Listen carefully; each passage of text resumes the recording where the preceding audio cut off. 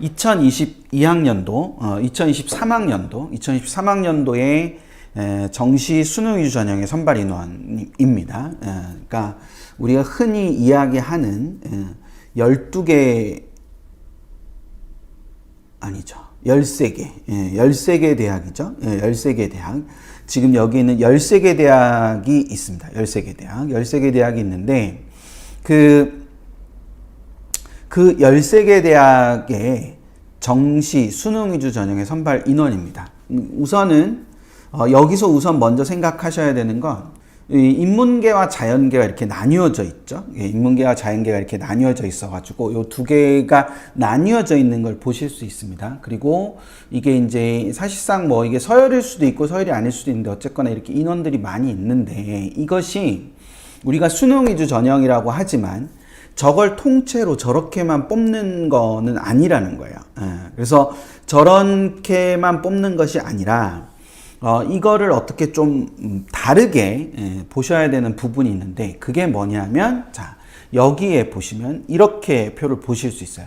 오늘은 숫자가 좀 많이 있기 때문에 제가 그 고정을 해놨는데 720 이상으로 해 놓으셔야 됩니다. 그러니까 화면 설정을 720 이상으로 해 놓으셔야 요거 숫자들을 좀 보실 수 있어요. 그래서 요렇게 보시면 여기를 보시면 자 제가 지금 학교를 몇 개 언급을 할게요. 그 학교 몇 개를 언급을 하는 거를 잘 쫓아가 보세요. 자 서울대, 연세대, 고려대, 서강대, 이화여대 이 5개 학교의 공통점이 뭘까요? 서울대, 연세대, 고려대, 서강대 그리고 이화여대 이렇게 5개 학교 이 5개 학교의 공통점 그러니까 이 특징이 뭘로 보이세요?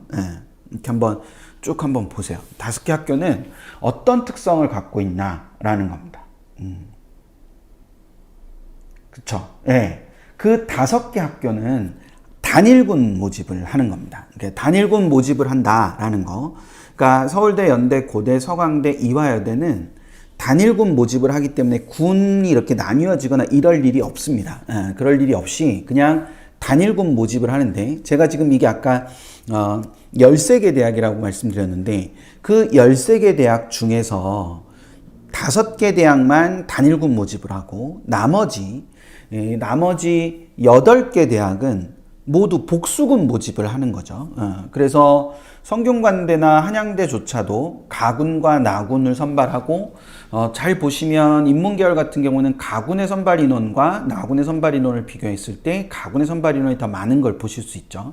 물론 자연계 같은 경우 성균관대는 나군에서 더 많이 선발하지만 한양대는 역시 가군에서 선발을 더 많이 하는 그런 구조로 되어 있습니다. 반면에 중앙대 같은 경우는 가나다군을 모두 선발하는 이런 특징을 보이고 있죠. 중앙대와 함께 건국대도 가나다군을 모두 선발을 합니다.